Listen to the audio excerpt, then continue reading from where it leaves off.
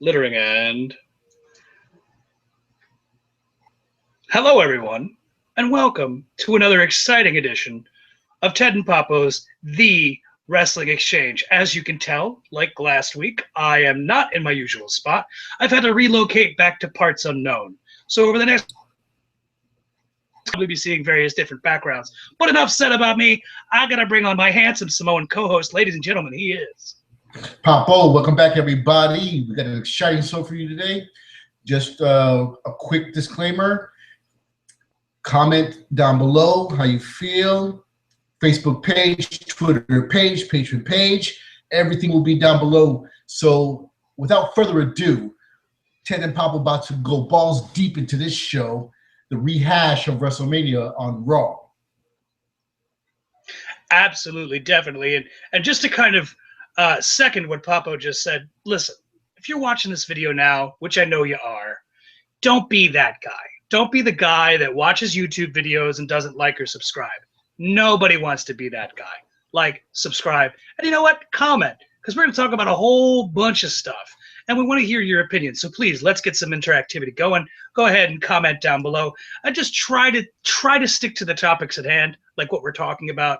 That would be better, and then we can all be just one big happy family. Now, that being said, Papo did mention the Patreon page. It's very important. If you're interested in supporting the show, if you want to make a monetary donation, hell, if you want to be a sponsor, if you will, go ahead and go to patreon.com. I'll put that in the description box below. You can go over there and make a donation, help us out, and help us basically, improve what we're doing, and everybody wins. It's a win-win-win-win-win. Let's see. We talked about that. Oh, and we got to talk about the show. We're talking about the post-WrestleMania Raw, arguably the best Raw of the whole year. We're going to talk about a whole bunch of stuff, some recent NXT superstar debuts. We're going to talk about some announcements, especially one regarding one of the WWE Divas. But before we do that, one last disclaimer. This right here. It's a podcast, it's a talk show, it's a place where two very passionate wrestling fans, get into a discussion. We talk about all things professional wrestling, mostly WWE, and maybe later on we'll be able to cover more and more content down the road. That being said, because it's a passionate discussion, some bad language, that's a thing that happens here. 4-letter words. So if you're a kid, don't watch this. Don't watch it without parental supervision. And since we're talking about bad language, if you're not down with that, my man's got 2 words for you. Cream pie. I love cream pie. So, Papa, we're going to talk about Raw, March 30th, 2015. So, right off the bat, we're treated to a Paul Heyman promo. And Paul Heyman comes out with the Beast Incarnate. Much like WrestleMania, Brock Lesnar comes out, no T-shirt, no hat. It's business, baby. And Paul Heyman is not happy. But Papo, I got to ask, whenever a show opens with Paul Heyman, is it not a good sign? It's the start of something amazing. Amazing with a capital Z. Now, speaking of amazing, Paul Heyman reminds us about Suplex City. Or excuse me, as he put it, Suplex City, bitch. Where basically Brock Lesnar just decided he was going to play with his food, and his food being the one and only Roman Reigns. And basically, Paul Heyman goes on to really address Seth Rollins specifically in the fact that he's done something that's unprecedented. Yes, he did cash in his Money in the Bank, which, by the way, Papo and I have been suggesting that this would happen for months. And if you've been a loyal listener, you would know that. But he mentions this, and it's an interesting point to make, and it's a really good distinction to be made here, because we even talked about this on the WrestleMania review, is that, Papo, we've seen cash-ins with the Money in the Bank for a match in advance. Like, best example would be ECW One Night Stand 2006, where Rob Van Dam tells Cena, meet me in Hammerstein Ballroom, I believe, for that match. But this was the first time that a Money in the Bank cash-in actually added someone to a pre-existing match. Is that correct? That is correct. Usually they'll cash in after the match has been already over. and both opponents have been incapacitated. So essentially, what Paul Heyman says is he reminds us that his father is a lawyer, and that basically Paul Heyman, being the son of the lawyer and being the advocate for the beast incarnate, the one-time voice of the voiceless, what he does is he essentially makes the case that because Seth Rollins cashed in the way he did, which, as we mentioned, is unprecedented, never seen before, Paul does have the ability to take it to the Seventh Circuit Court of Appeals and basically file an injunction and put the title, as WWE likes to call, in abeyance, or basically just vacate the title so Brock can get it back later. But Heyman says he's not going to waste his time.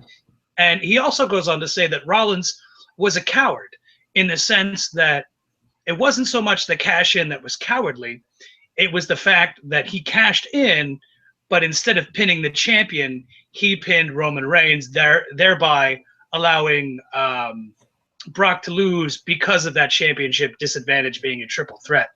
Do you think there's anything to be said about Rollins' specific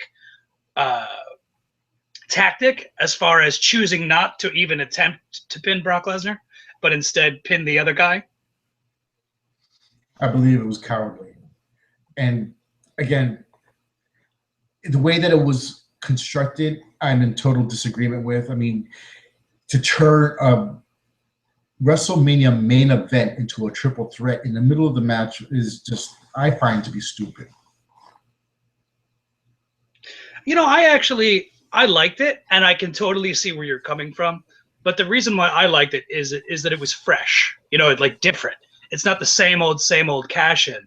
But needless to say, I mean, I think even though we don't necessarily agree on the method of the cash in, I think we can both agree that that match, which was already killer, with the addition of Seth Rollins, just got a little bit better. Is that fair to say? Can we agree on that?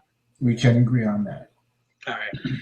Now, basically, Paul Heyman decides in this segment, when he's cutting this promo, he says, listen, for the first time in over 10 years, Brock Lesnar will be fighting on Raw. And he says that Brock Lesnar has informed him that he wants to invoke his rematch clause right here, right now. Unfortunately, though, Stephanie McMahon comes out and she basically says, well, you know, that's great, and you definitely are well within your rights to do so. However, as you know, the champion after WrestleMania always makes an appearance on The Tonight Show, which I don't watch The Tonight Show, so I can't verify that.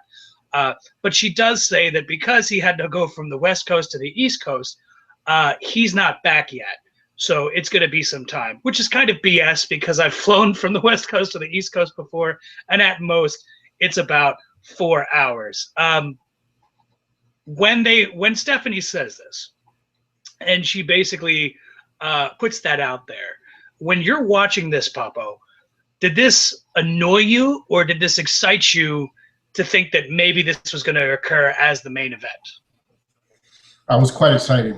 I was waiting for the rematch clause to go into effect, but after Stephanie came out, it just went downhill. I mean, you know for a fact that it wasn't going to happen. Even if Seth were to make an appearance, you know it wasn't going to happen, and it just annoyed the crap out of me. Hey man, spoiler alert. We don't want to go too far because we'll get there in a moment. So let's talk about the first actual match, the first match on the card. It's an Intercontinental title. They announced it as a rematch, which doesn't quite clearly make sense. Because it's Daniel Bryan defending against Dolph Ziggler. Now, nothing to take away from Dolph Ziggler, but Papo, since Wade Barrett was the previous Intercontinental Champion prior to Daniel Bryan winning at WrestleMania, wouldn't logic and continuity dictate that Barrett would be the first person to get the rematch?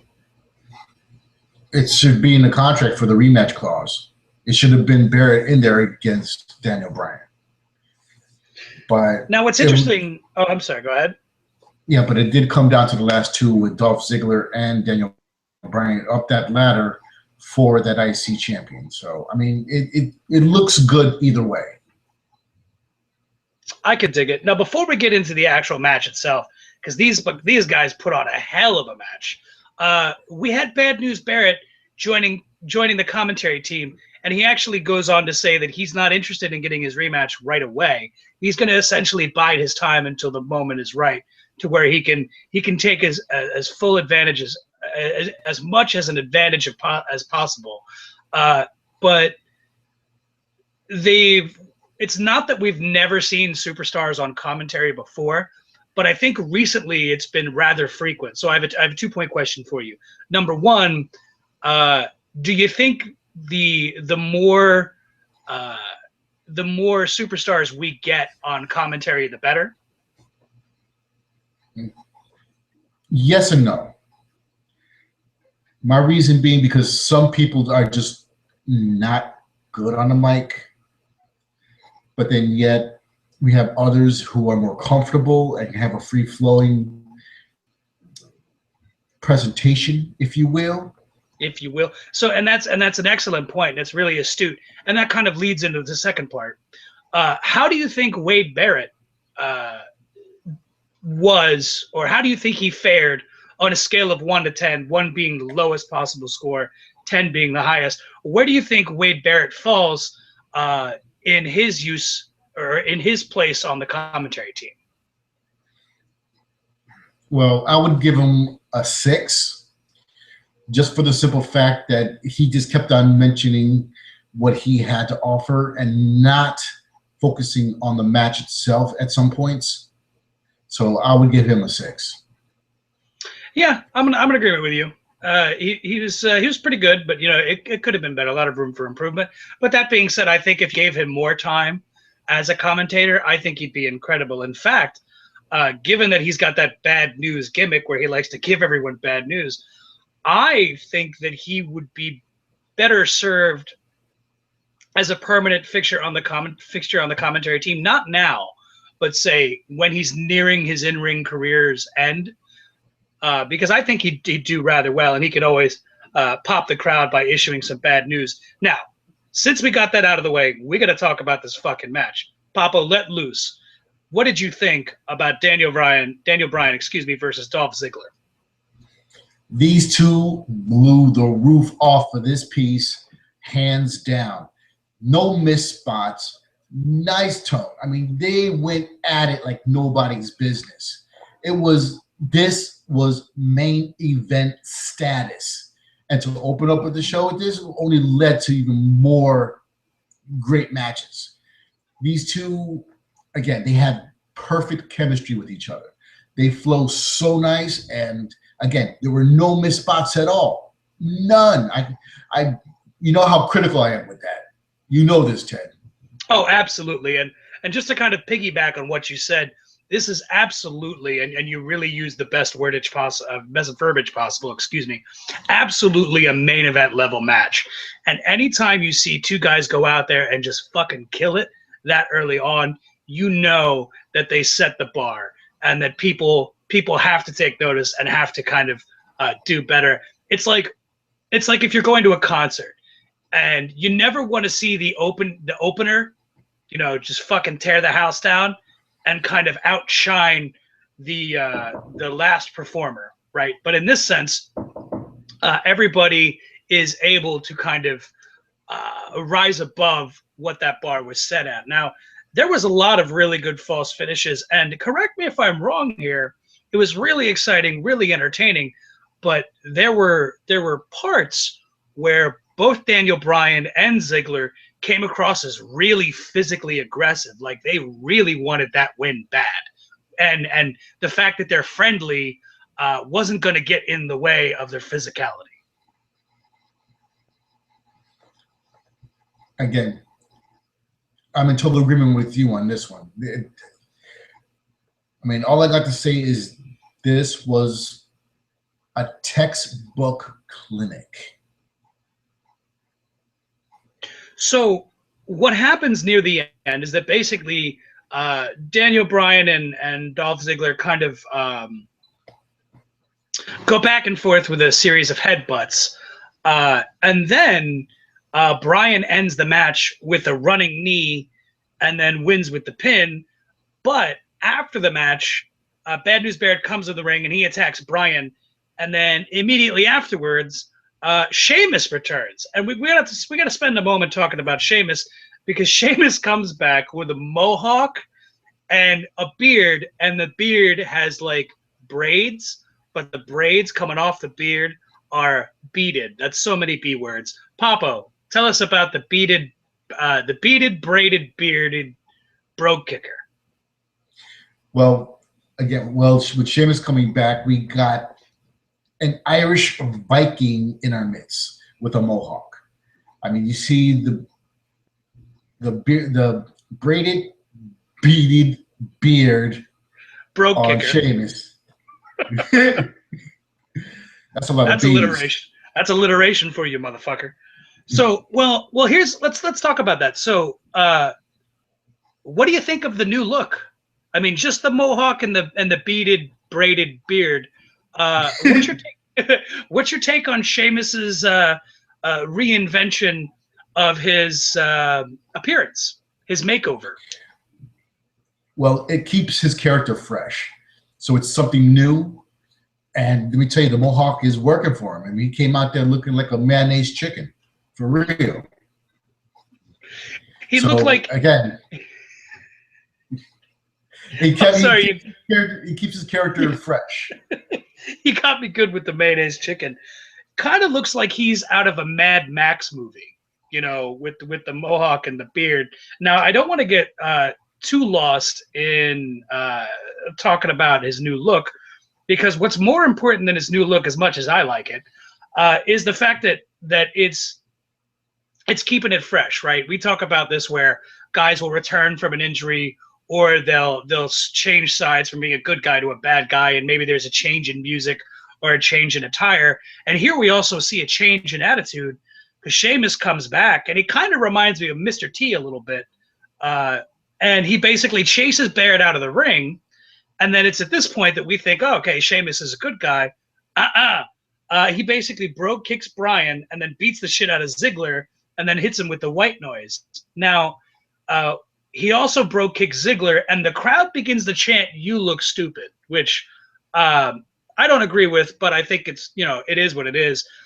You and I both speculated of the possibility of Sheamus returning at Mania for that, for that IC title ladder match. Is it nice to see? A two-part question, and then we'll move on.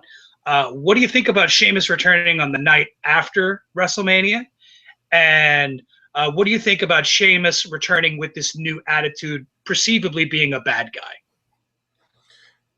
Well, I was hoping for Sheamus to return during WrestleMania. I've mentioned that in previous shows, but Papo, can I interject here? Can I add a third question?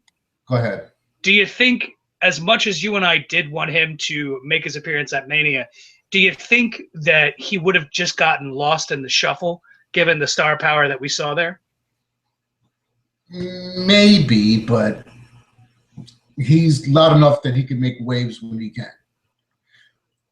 So going back to the second part of the question, with him coming back, it's Sheamus in his regular fashion. He's always been a heel, and then they had him as the anti-hero heel, and everybody was cheering him. But again, it's him wanting to fight, and it's to be expected. He wants the belt, and he's going to go ahead and do what he wants to do to get that belt.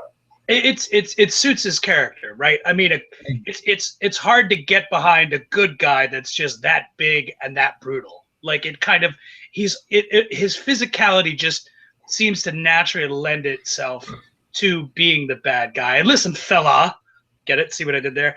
I don't want to spend too much time on it. I want to keep moving, because we're going to talk about Brock Lesnar. But before we do, quick reminder, again, don't be that guy. Don't be the guy that watches videos on YouTube and doesn't like, comment, or subscribe. Please, we're interested in your opinions. If you disagree with us, if you agree with us, go ahead and put that in the comment section down below. Like, subscribe, share with your friends, share on all your social media sites, YouTube, Twitter, Facebook, LinkedIn, whatever the fuck. We don't care. Just get the word out. The more people watching, the more fun we can have. Now, that being said, you can also email your questions to us at tedandpapo@gmail.com. I got the email address right in the description box below in case you're wondering if it's the N spelled out or the N symbol. So just go ahead down there.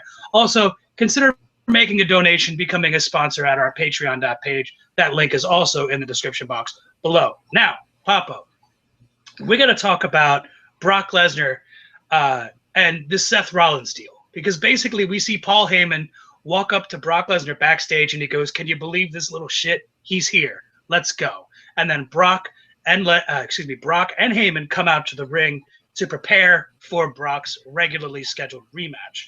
Now, here's what's interesting. Rollins comes out, and of course, as per usual, he's accompanied by J&J Security. And we've talked about this before with the new WWE World Heavyweight Championship title belt. It no longer has the nameplate on the front. Now they're rocking the side plates, and the side plates are customizable, which a lot of people may not like. I actually think it's cool and it's unique and it's something we haven't seen before. So different is always good, in my opinion. Any idea as to what he's going to put in the side plates? I have none right now, dude. All right. So then we'll just keep this ball rolling. So basically, before the match actually starts, of course, everybody comes down to the ring. And Rollins gets on the mic, and he does a little shit talking, but then he says, "You know what? I don't really think we're gonna have this match tonight. I mean, my foot is so tired from curb stomping your face in," and he basically decides that this rematch will occur, but not tonight. He's jet lagged. He's tired. He's a chicken shit. It's perfect. And Brock Lesnar is not hearing a fucking word of that. And he basically grabs Seth Rollins, and I believe he even gives him like a German suplex. And then, unless I'm confusing this with WrestleMania, he does the spot where Rollins does that kind of like backflip using the ropes, and then immediately does that jumping kind of spin and enziguri, but Brock Lesnar just no-sells it, right? Rollins goes to leave. Brock says, "Where you going, bitch?" And proceeds to attack Rollins. And then, of course, J&J Security show up, and they put a monkey wrench in Brock's plans, and they give Rollins just enough time to escape through the crowd. Now, here's where things get interesting. Lesnar just goes absolutely berserk. And when I say absolutely berserk, I mean he grabs the commentary table and flips it over while Booker T and JBL are sitting at the commentary table. So they get pinned underneath. And then what happens is that he basically assaults Noble and Mercury, and then he grabs Michael Cole and drags him into the ring and hits him with an F5. And then he grabs a cameraman and goes to F5 the cameraman. Stephanie comes out. She urges Brock not to continue with that course of action. And, of course, Brock does it anyway, and Stephanie gets upset, and she says that the cameraman was a civilian and that he's been suspended indefinitely. And then Brock doesn't give a shit. He F5s the cameraman again. Now, before we move on from this segment, there's a couple of things that I want to kind of dissect with you for a moment. So let's start with Michael Cole. How enjoyable for you was it to watch Michael Cole get F5'd? Because the crowd loved it. How did you take that? I enjoyed it too.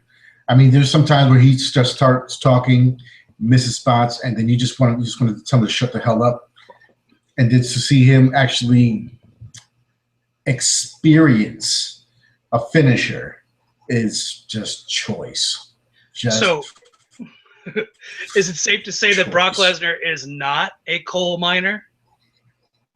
Oh, that's safer than a lifesaver.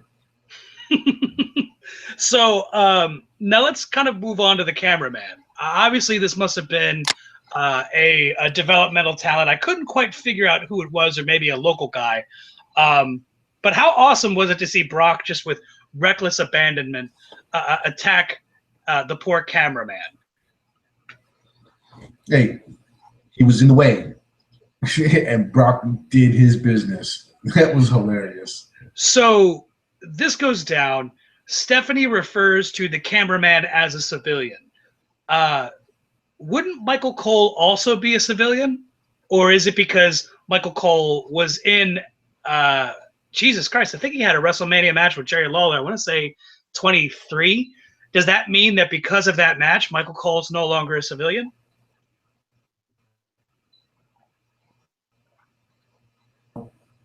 It's kind of hard to say, but for her to say that he's a civilian, I mean, it doesn't make really sense.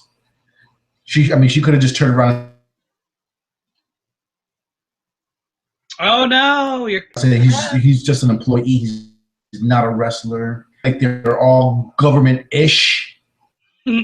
So then let's get to this last part before we move on from this segment. The paramedics come out. They tend to everybody basically, and Stephanie suspends Brock Lesnar. Now here's the one thing that I really wanted to spend a moment on. To me, and I want to get your thoughts on this too. To me, this is a really smart move, right? Because Brock Lesnar is an attraction, right? In the sense that this is not a guy that is going to be on TV every week. He's not going to be on every pay-per-view. So you really want to save his appearances, probably for the big four, probably for Survivor Series, Royal Rumble, Money in the Bank, and WrestleMania. Am I forgetting any others? Any big pay-per-views? You said Royal Rumble, right? Yeah, I got Royal Rumble, I believe. Yeah. Okay, yeah, then you got it all then. So basically, as far as I'm concerned, this was a really smart way to handle it because we have to get Brock off TV, right? And you can't give Brock the title back. You gotta take some time. So in storyline to do it this way where he's suspended is brilliant, right? Because we've mentioned it before how Brock is such an ass kicker. It's hard to keep him as a bad guy for so long just because, it's hard to boo ass kickers. So that being said, it's a smart way to garner sympathy for him, but also take him off of TV for a while so that when he comes back, it's big, it's huge, it's special. Now, is there anything you wanted to add to that segment before we move on? No, just go ahead and keep this ball moving. So keeping the ball moving, immediately after that segment, Steph bumps into Renee Young. Renee Young kind of asks what's going on. And all you need to know is that Steph suggests that she is going to find Brock Lesnar. Now, in the interest of time, we're gonna keep moving. We're gonna talk about the second match of the night, or the second actual match of the night. It's Stardust versus Damien Mizdow. Now, it's around this time the entire commentary team's been wiped out. We get to see Byron Saxton take up commentary. And you know what, Papo, I would have been fine without commentary for the rest of the night. So quick question before we talk about the match. Do you think it was a mistake to put anybody in the commentary team? Or do you think it would have been, let me put it to you this way.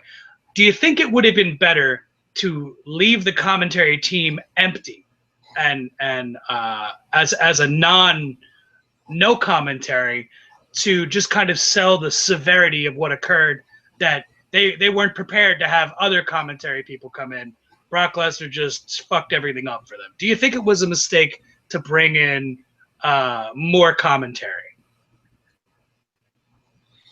No. Actually, I believe that it was actually kind of smart because, again, when we're watching it from home, we want to know, we want the play-by-play.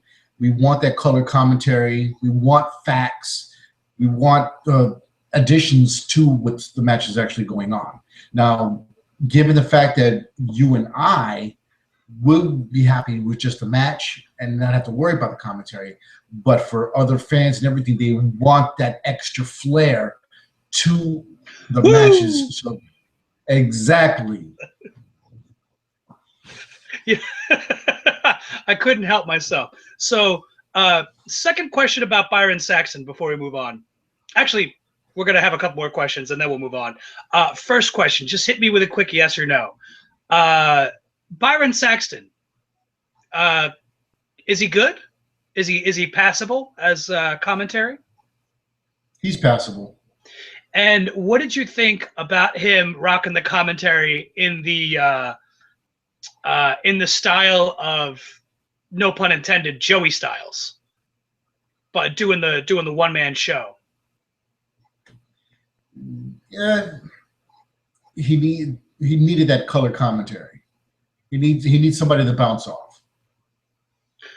All right, so let's get right into the match, and it's not a very long match. I don't want to spend too much time on it. So it's Stardust versus Damien Mizdow. The match is good. It's not all that long. In fact, it's kind of on the shorter side.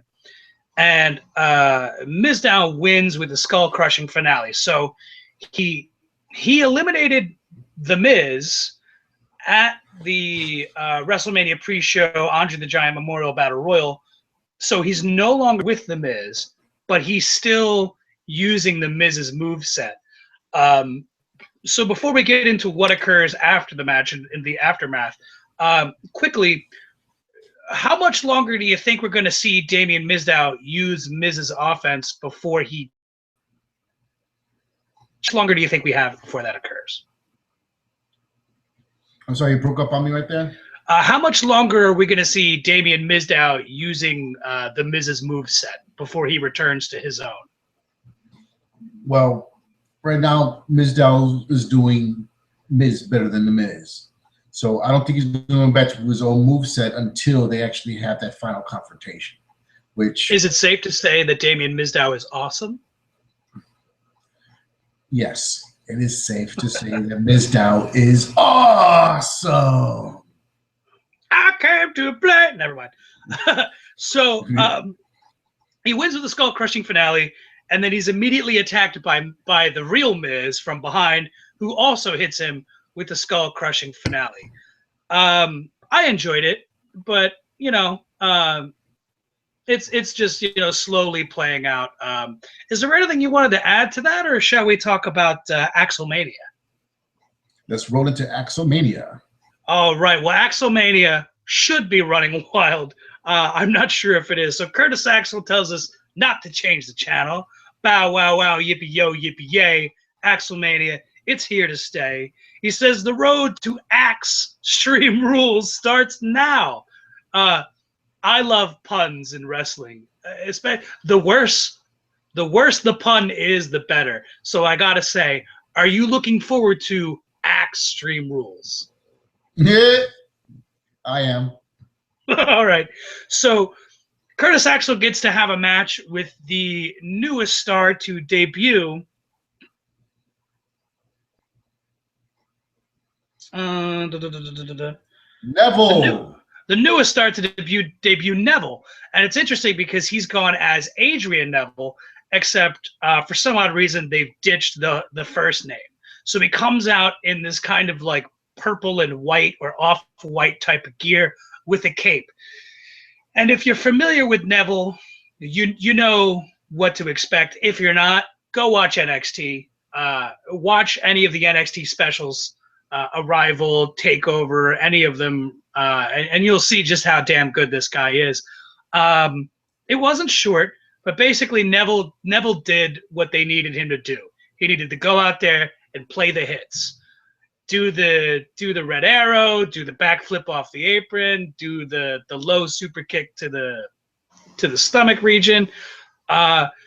Given that this was a glorified squash match, I got to ask two questions. Number one, how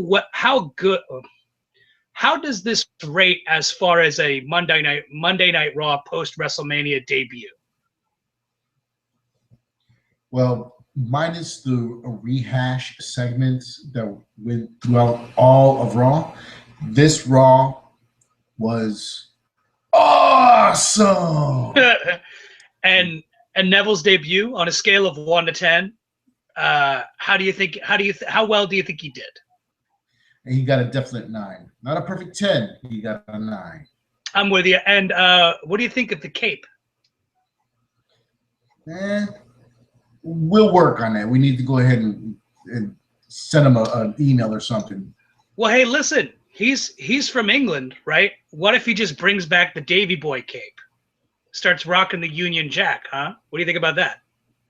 That would be interesting. That would be really interesting. So, last question on this match before we move on. Obviously, the roster isn't as deep as we'd like it. It's kind of shallow. Was Curtis Axel the best guy to be used in this position just to get squashed by the new guy?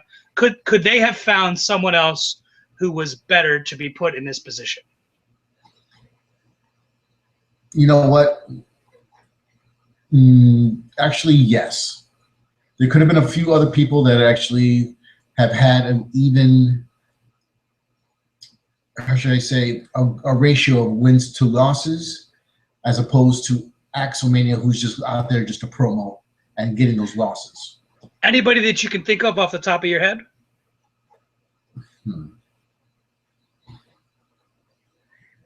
Off the top of my head, and the wheels are turning, I would say Bo Lee. Oh man, I'm such a Bo Lever. It's not even funny. That would have been really good. They could have even brought in a local talent or just another NXT guy. Not a what's that? They had for Neville to get over. They had to bring out somebody that actually had a name. But isn't Curtis Axel a jabroni? I mean, as much as I love Axel, but he's kind of relegated to jabroni status. Well, he is a jabroni, period, but he's not a local jabroni. He still has a TV status, and that's actually going to help him out. Fair enough. God, I'm trying to think of someone off the top of my head that they could have used. I would have much rather preferred not Rusev's. Oh my God. The truth, the whole truth, and nothing but the truth. Holy shit. Papo, you know what match we forgot to talk about that we skipped over that we have to return to? Yes. The 8-man tag match. So let's spend a moment and we'll dive right in. It's not a long match, but this and we're keeping it topical because we just mentioned a recent NXT debut. This is the other NXT debut, Kalisto.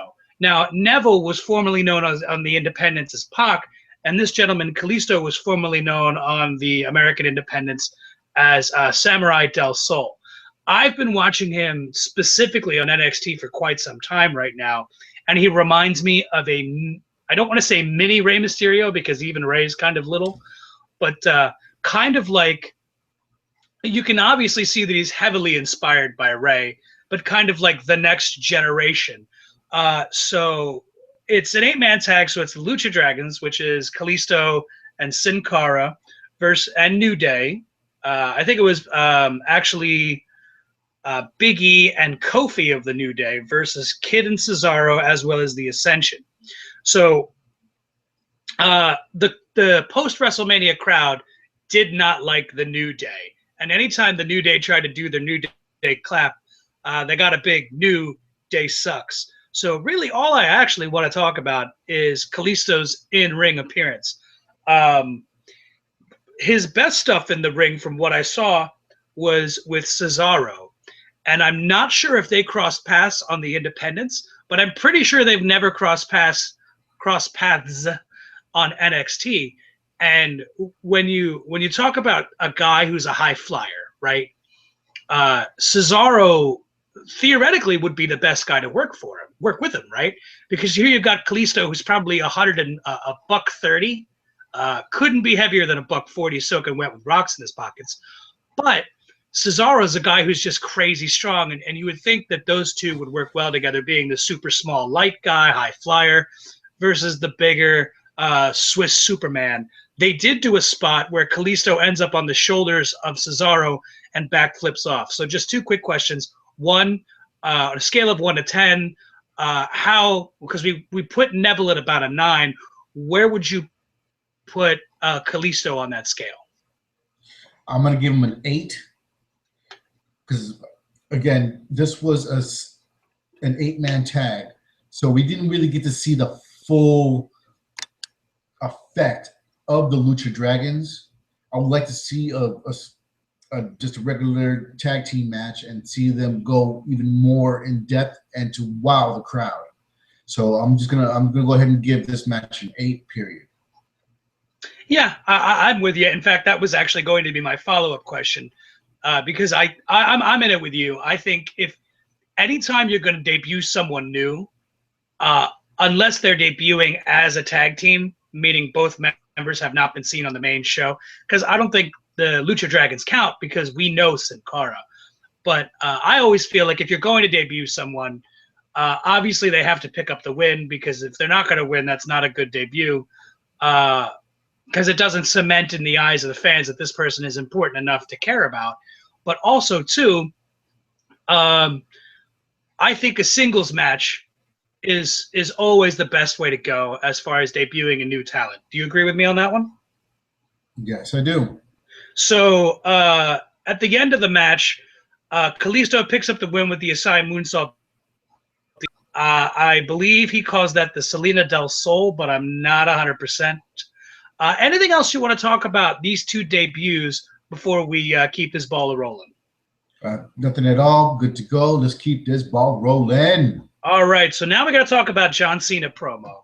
So John Cena comes out and he does a very short-lived John Cena promo. Gives love to the fans and brushes the haters off his shoulder, and then basically goes on to issue an open challenge from everyone from Rusev to the Brooklyn Brawler. Now, I don't know about you, but given that it's the Raw after Mania, I wanted to see the Brooklyn Brawler. You got jokes. You got jokes. Hey, man, I just wanted to see the Brooklyn Brawler come out and beat John Cena and win the U.S. title. And then they can strip him of it and be like, well, he's not an active performer. He's a free agent. He's not under contract. You wouldn't have liked to see the Brooklyn Brawler? I was actually hoping to see Rusev. I know. I just have I'm on the other end of that spectrum right now. I got a soft spot for the Brooklyn Brawler, man. I can't help it. I'm with you. I was surprised. I wanted to see the Brooklyn Brawler, but I was surprised that we didn't see Rusev, which I guess is good because that theoretically that means he's on the bigger and better things, right? Which is good, right? Because this allows Rusev to move higher up in the card, and now he has that baggage is gone, right? Because that the U.S. title, although it's being made into a bigger deal than it has been in years, that's not where he needs to be. I would say it's almost like you have the heavyweight title and then the Intercontinental title and then the U.S. title, whereas a month ago, the Intercontinental and U.S. would be interchangeable. But having him break away from the U.S. title feud is good, and I don't want to see him feud with Cena for any longer. But what we get Dean Ambrose answering the challenge for the U.S. title with John Cena. So I got to ask, man. You know what? Before we do that, I forgot. This is where Jerry Lawler comes back to commentary. So we get Jerry Lawler and Saxton. So quickly, before we talk about the match itself, what do you think about the two of them working together? And do you miss the two-man commentary team? Yes, I miss the two-man commentary team. Jerry Lawler was on point, hilarious as always, and it actually gave Saxon just a little bit more of the bounce off because Jerry can commentary with a mute and still shine. So he comes out, they do the deal, but I want to talk about this match. There are so many good matches on this card. I'm not going to talk about the main event because I don't see the main event being in the running for match of the night just because it's a match we've seen about 1 million fucking times. But I got to say, where does John Cena versus Dean Ambrose rank as far as match of the night? Is it a tie with the Intercontinental title match? Is it above it? Where does it fall? This the John Cena, Dean Ambrose, number 2. It's hard, man. These matches are pretty much neck and neck for me. So let's talk about this, right? The crowd is immediately behind Ambrose. And we talked about this on a WrestleMania review, and this is becoming a trend. I mean, it's not like we haven't seen it before, but I'd rather see Cena go for the attitude adjustment like 10 times and only get it off once, as opposed to hitting it multiple times in the match. Ambrose does kick out of the attitude adjustment, which is good, right? Because then that kind of subconsciously establishes to the crowd that here's a guy who is top level, or at the very least, he's at the cusp of being top level. And man, it was awesome. I really dug it. And these two have good chemistry together. They work very well because John Cena is also a brawler, but he's a clean-cut brawler, right? In the sense that there is some technical wrestling, there is some debut of new moves, whereas Ambrose is just a wild man, right? He's just going to do whatever comes to his mind, and there's no plan. There's no real objective other than just to eke out the win. Now, did you catch? There was one thing. There was a power bomb, and it kind of reminds me of the Seth Rollins power bomb that he'll do from like corner to corner. But Ambrose power bombs John Cena, and it almost seemed as if John Cena like no-sold the power bomb. Is that just me, or did that also come across that way to you too? Yeah, I saw that too. And I got a follow up for me choosing this match as number 2. So I saw that also where he no-sell power bomb, and I was like, really? I think there's a place for it. I just think that with Cena, so let's think about the guys who when you think of no selling a move, right? 2 guys usually come to mind, at least for me anyway. The Undertaker and the Ultimate Warrior, and Hulk Hogan. And to me, the reason why those 3 are different when they no-sold it is because Hulk Hogan would go into the hulking up mode, right, where he was just invincible. Ultimate Warrior, also the same thing. And The Undertaker has that kind of borderline supernatural element, which you can explain it. But it's not that I'm against John Cena using it per se, but it just doesn't seem to be a logical reason for it, at least in its presentation. If they're able to come up with one, then that's fine. But as of right now, it just doesn't seem to have a place right now. Now, you said you had a follow-up. Did you want to get into that now? Yes. Well, the reason I chose this match as number 2 is that there was a spot where in the corner there was supposed to be a power bomb from Dean Ambrose. He does a sunset flip while Cena is still on the rope, but he slipped and fell. Then he had to get back up and then do it.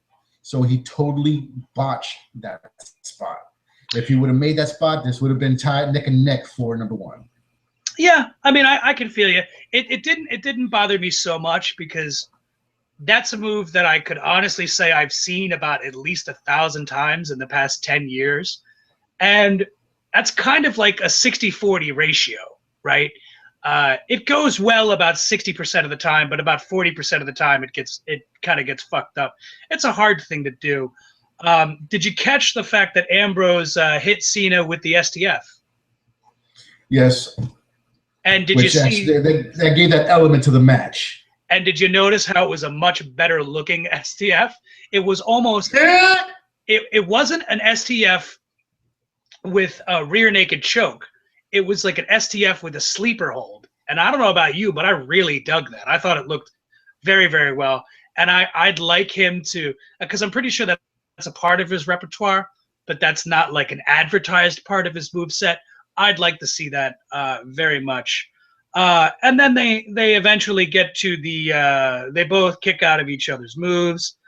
And it ends with a spot that we've seen about 100 times, but it did make sense here, where Ambrose does that running crossbody and then knocks Cena down, but Cena, being the genetic freak that he is, rolls through, picks him up, gets him on the shoulders, attitude adjustment for the win.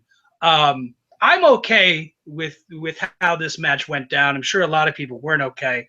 How did you feel about the end of the match?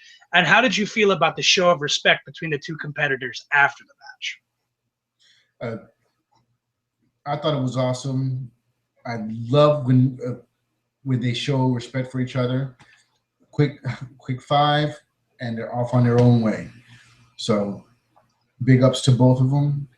And let's go ahead and just keep this ball rolling. And you know what? There was one last point I forgot to make too. It made sense, right? This wasn't a random challenge. Like, yeah, John Cena made an open challenge to the locker locker room. But it wasn't that long ago where Ambrose held the U.S. title, I think, longer than anybody else. He held it for like damn near a year when he was part of the Shield, right? He never defended it, but he did hold it for damn near a year. So it did make sense that he was the first guy to challenge him for it. Backstage, Renee Young interviews Seth Rollins, asks him about his thoughts on Lesnar's suspension. Randy Orton shows up and reminds Rollins that he did never get his rematch that he was promised from WrestleMania 30. And then Big Show and Kane come in, and they set up for the six-man tag for the main event.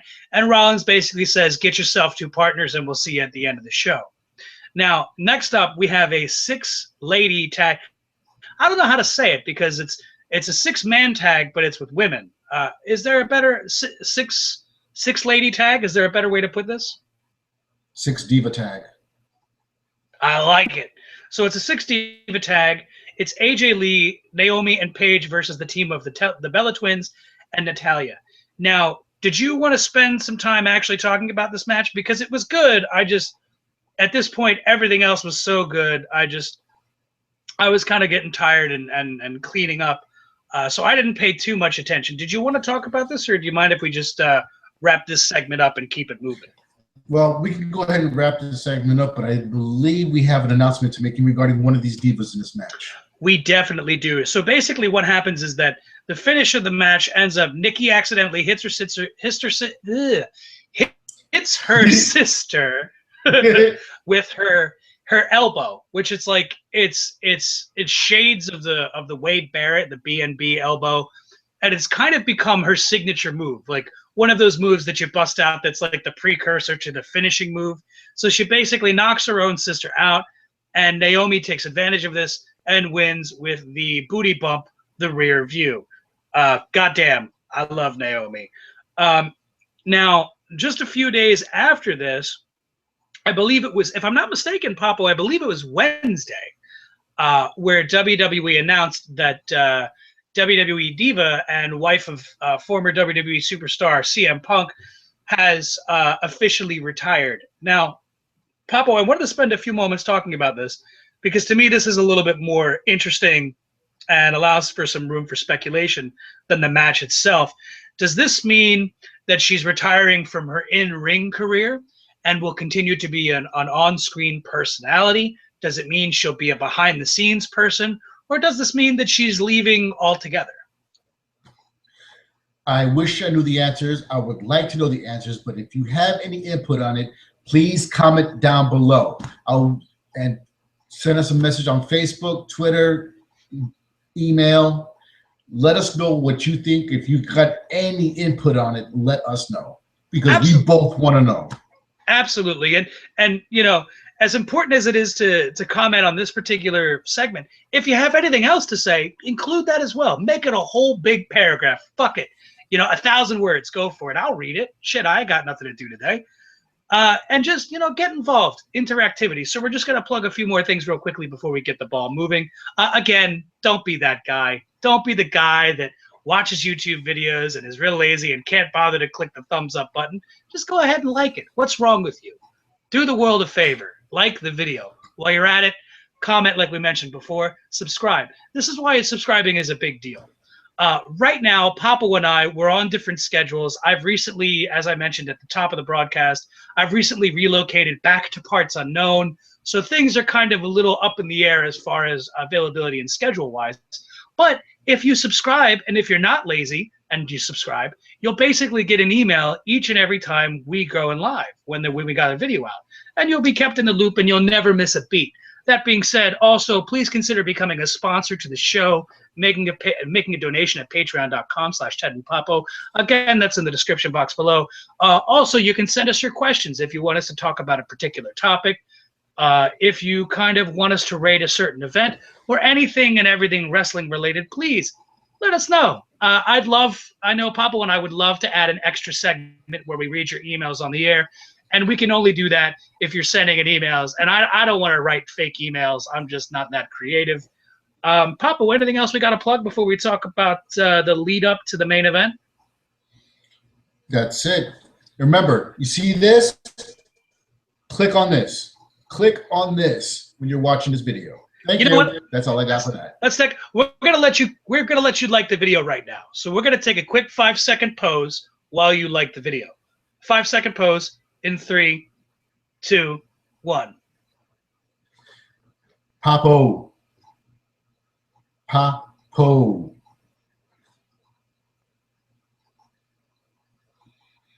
Five seconds. All right, we're done. All right, so it's backstage. Randy Orton's in the locker room, and he's a gentleman by the name of Ryback bumps into him. And it's kind of established that the two have history of being on opposite ends of the squared circle. But Ryback says, listen, if you need a partner for your 6-man match, the big guy's always hungry. Feed me more. I got to say, I've always been a Ryback fan. Ryback is quickly becoming, is it safe to say he's quickly becoming one of the top guys on the roster right now, soon to be a main eventer? It's safe to say. I'm not going to put that in stone, but right now it's safe to say.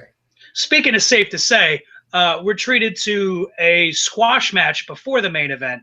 It's Rusev versus Goldust. Now, Papo, I kind of tuned out, not because I'm not a fan of Goldust, not because I'm not a fan of Rusev, but it's because I knew the outcome going in.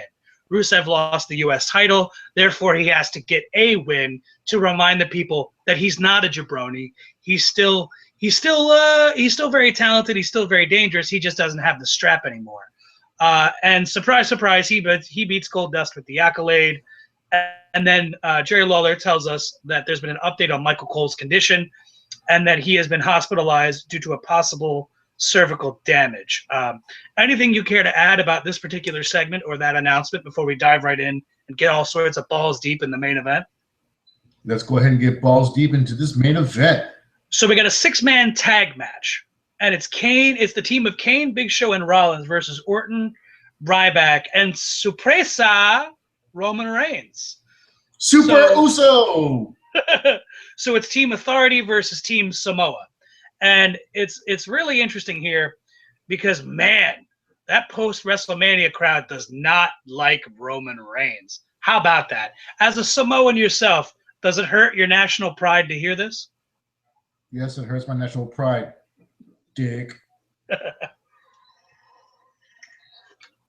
So there's a lot of chanting in this match, which is not surprising because it's the post-WrestleMania Raw. The crowd's very active, and that's to be expected. And what happens is, we'll get to the wave. The crowd starts to chant for a number of NXT talents. First, they just start chanting NXT, and I believe they get into Hideo Itami chant, which Hideo Itami, formerly known as Kenta, and I can't remember what other NXT talent they cheered for, but man, they were chanting for NXT a lot. Then the crowd goes into the wave. Now, here's what I wanted to mention. It's a rowdy crowd. They're going to do whatever they want to do. But in my opinion, I think the wave and the attitude of this crowd is avoidable. So, Papo, do you mind if we put 60 seconds on the clock? Go ahead. All right, boom. Hold on. I'm gonna let me know. Hold on. I'll tell you when to start. When to start. Go. WWE has conditioned their fans to be rowdy crowds. When they give out awards like Crowd of the Year, they say, oh, the WWE Universe is speaking their mind and they're interactive, and so is polarizing because they don't want to admit that the crowd is booing the guy that they want them to cheer. So this is kind of encouraged. Also, if we didn't see this same 6-man tag main event for the past 2 fucking years, and it's just the individuals involved are interchangeable, I don't think the crowd would have poo-pooed on it. I think if you would have put that earlier match, that Daniel Bryan versus Dolph Ziggler match, you would have had a different crowd reaction. So when you have the same match with the same participants over and over and over again, it's hard to get behind it. How well am I doing on time here? You've got 10 seconds. Littering and watching the wrestling. So that being said, we've seen this same 6-man formula over and over and over again. We've seen the 6-man formula over and over again. And as we say in Samoa, está no bueno, está mierda. Your Samoan is getting really good, Dick. Dude, I'm getting fluent. So yeah, I mean, is that safe to say that out of all the possible matches, this is the least creative one to put on for the rowdiest possible crowd? This was. Is it safe to say that this was a mistake and they could have done better? Oh yeah, definitely. Without even having to think about it. Well, here's an idea: maybe a one-on-one non-title match between Rollins and Orton. That would have been better. Or Rollins and Ryback, or anything. Although the crowd was super behind Ryback. So I'm just going to go into the finish of the match. Are we okay with this? Go ahead. Okay. So Reigns gets the hot tag, and he's kept out of the match almost the entire duration of it. And he gets the hot tag, and the crowd would rather watch paint dry than see Roman Reigns in the ring. And man, I mean, they just relentlessly shit on this guy.